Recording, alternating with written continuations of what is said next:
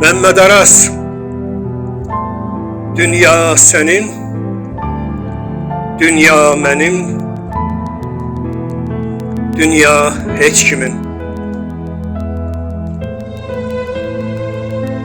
Bir talihin oyununda cütlenmiş zerik,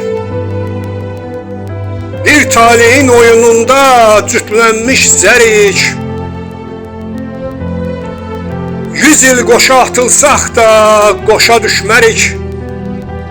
Bir zərrənin işığına milyonlar şərik.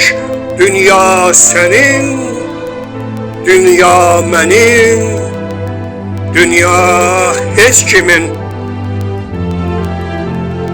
Çevrəsindən çıxsa əgər sevda fırfıran, bir ümidin ətəyindən tutub da fırlan. Eşidirsən, fısıldayır yıkılan, duran. Dünya sənin, dünya mənim,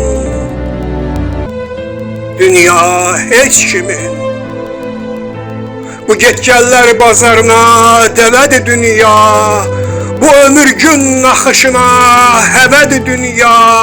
Əbədiyə qəhqəh çəkər, əbədi dünya. Dünya sənin, dünya mənim, dünya heç kimin.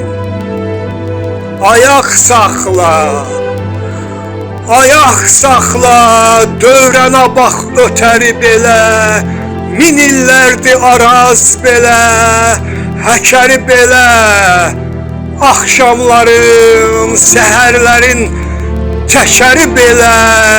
Dünya sənin, dünya mənim, dünya heç kimin. Gülünçlərə gülünç gələn bu ada güldüm, yüyəninə hərəl yetən bu ata güldüm. Mən özümlə oynadığım şahmata güldüm. Dünya sənin, dünya mənim, dünya heç kimin.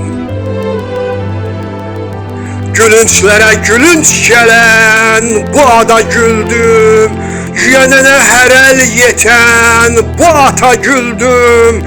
Mən özümlə oynadığım şahmata güldüm.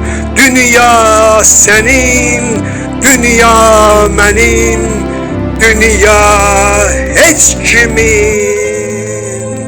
Dünya sənin, dünya mənim, dünya heç kimin.